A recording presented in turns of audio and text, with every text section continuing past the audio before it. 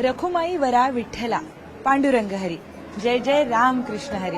आपण आता आहोत रुक्मिणी मातेच्या मंदिरासमोर आणि आपण बघतोय की मोठ्या प्रमाणात वारकऱ्यांची गर्दी रुक्मिणी मातेचे दर्शन घेण्यासाठी इथे झालेली आहे.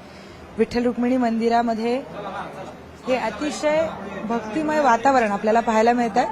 खरं तर विठ्ठल देवाचं जे मंदिर आहे त्या मंदिराच्या अवघ्या काही पावलांवर हे रुक्मिणी मातेचं मंदिर आहे. विठ्ठल दर्शनानंतर भाविक आवर्जून इथे येतात, रखुमाईचं दर्शन घेतात. आपणही या मंदिराचा आणि या गाभाऱ्याचा एक जवळून दर्शन घेऊयात, खास न्यूज 18 मराठीच्या दर्शकांसाठी.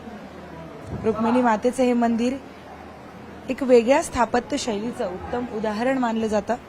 सभामंडपातून पुढे गेल्यानंतर आपण या गाभाऱ्याकडे आलोय आणि ही थेट दृश्य रुक्मिणी मातेच्या मूर्तीची आपल्याला पाहायला मिळतात. मनोहारी हे रूप आहे, भाविक ज्याला प्रेमाने रखुमाई म्हणतात. विठ्ठला इतकंच रखुमाईचं दर्शनही वारकऱ्यांसाठी अत्यंत महत्वाचं मानलं जातं. इथे येऊन भक्त आपल्या संसाराचं सुख, समाधान आणि मातेचा आशीर्वादही मागतात.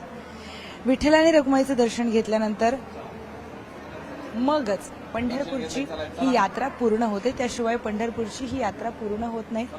ही आषाढी वारी आता या दोघांच्या दर्शनानं पूर्ण झाल्याचं चित्र आपल्याला पाहायला मिळत आहे.